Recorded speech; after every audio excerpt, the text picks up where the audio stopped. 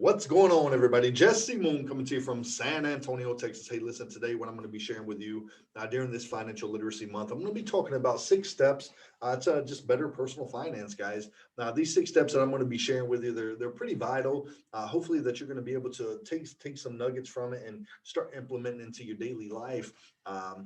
Actually, today, but I just want to let you guys know that good personal financial habits, they're essential to building wealth and financial security for you and for generations to come, not only in the good times, but also in the challenging times as well. And see, there's always going to be economic downturns. There's going to be setbacks. There's going to be challenges that's going to shake our confidence in what we're currently doing and whatever our strategies are and how we manage our actual money. But there's a good foundation that you can set for yourself if you learn it properly. That's going to help you maintain that confidence, my friends. But I want each and every one of you to know that it has to be it has to make sense, okay?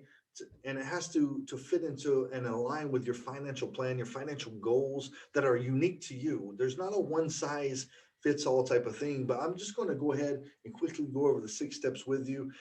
Number one, you got to keep a budget, guys. You got to track all your data. You got to measure it so you can improve it. If you're not tracking and measuring, you cannot improve it, my friends. Number two, you got to pay your bills on time. You must pay your bills on time, my friends. You have to be saving consistently. You have to save consistently. Y'all heard it as a rainy day fund. I'll go a little bit more into that here in a moment. You got to be managing your debt.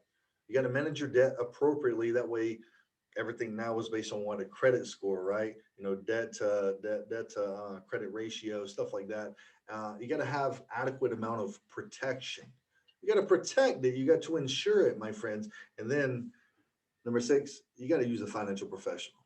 You know, if you're not a financial professional, guess what? You're probably out there and you're a lot of random chaos going on. You don't know how to manage your money. You're probably living paycheck to paycheck. You got more month than you got money. Even if you are a 6 figure earner, 7 figure earner, guess what? You're still probably trying to keep up with the Joneses because you have bad financial discipline. You have bad fiscal discipline habits, my friend. But number one, you got to start. You got to create a budget for yourself. Simply to have a budget, a running account of what you're making, spending, and just keeping track of that over time, my friends. And see, many people don't do that. You just got to ask yourself, am I tracking everything I'm spending? Back in the day, they used to keep a checkbook, right? They'd write down every penny. They'd write a check and then they'd write it in their checkbook for accounting purposes. My friends, they knew up to the penny what was being spent. But nowadays, we just have a debit card. We just swipe it, swipe it, swipe it. Next thing you know, we look at our account and we're like, where'd all my money go? Right. I know the clients I sit with, we do a financial lifestyle strategy with them. I find out their money that's coming in and their money that's going out. And then I ask them, after you pay all of your bills, about how much discretionary income do you have? They're like, oh, I got 300. Well, from your money going out, your money coming in, your money going out, you should have about 1,800. They're like, well, where's all my money? And then we print out their bank statements. You will be surprised at where people are spending their money and they don't even realize it, guys. So we have to track it, we have to measure it so we can improve it, my friends. Number two, you got to pay your bills on time. Okay. Being late on bills results in what? First, late fees, damage into your credit reports, and in worst cases, legal trouble, my friends. Okay. We definitely don't want to be in legal trouble. The most expensive thing someone can do is not pay their bills on time. This is 100% truth. And you got to see late fees, interest that's being incurred, and other charges. Those can easily add up to a few $1,000s per year or more. Essentially, ask yourself, if this item was 30% more than what it currently is, would I still buy this item? If the answer is no, do not buy that item, my friend. Number three, you got to have a savings plan. You have to have a savings plan. See, uh, the importance of savings, that should be obvious. That should be obvious. We know cash is king.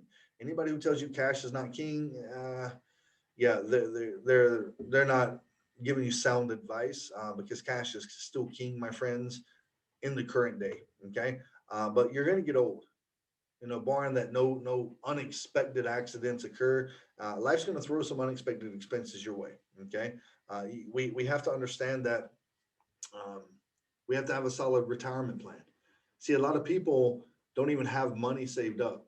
They said 56% of people don't even have an extra $400 in their checking or savings account Should an unexpected expense rise? Should your tires blow out? They don't have the money saved up. It's because we have bad fiscal habits. It's not 100% your fault, but they just don't teach us this in our education system. But guess what? It's never too late to learn how to do the right thing, my friends, right? Number four, avoid high interest debt. Just avoid it altogether, my friends. You got to understand high interest debt is something that can charge you. You know, you swiping on a credit card, make sure you know your credit card's your interest rate that you're paying, your APR is between 19 and 27% in most cases. So that thing that you're buying for three, four, $500 is now really what, eight, nine, $1,000. So be very aware of the high interest debt, my friends. Okay, and those credit card balances. Number five, you got to have protection measures in place. You have to have protection measures in place. It's not enough just to build wealth and financial security, my friends, because once you have it, you now need to protect it, right? That's where the insurance comes into play, whether it be boaters insurance, car insurance, property and casualty insurance. And then guess what? Your greatest asset, which is life insurance. We know that 56% of Americans have no life insurance, but they have phone insurance. They have phone insurance, but not life insurance. We got to ask yourself, where are the priorities? Is this phone more important than my life or my estate that I plan on leaving, that inheritance to my grandchildren's grandchildren, my friends? Right now, say that there's 41 million consumers here in America that say that they need coverage, but they don't have any. And then a little bit, almost half of that, 44% say that they have group life insurance, meaning that the day they walk away from that job is the day they no longer have coverage on the greatest asset in the world to them, which is their self and the ability to generate income, my friends. So if you have life insurance at your group or at your work, guess what? That's great, but think about that as just extra insurance. You're still probably going to be uninsured, underinsured. I'm sorry, because it's probably just one to two times your annual salary.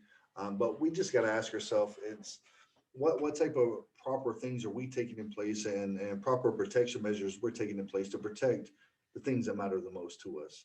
And that's the hard-earned money that you've accumulated throughout your working years.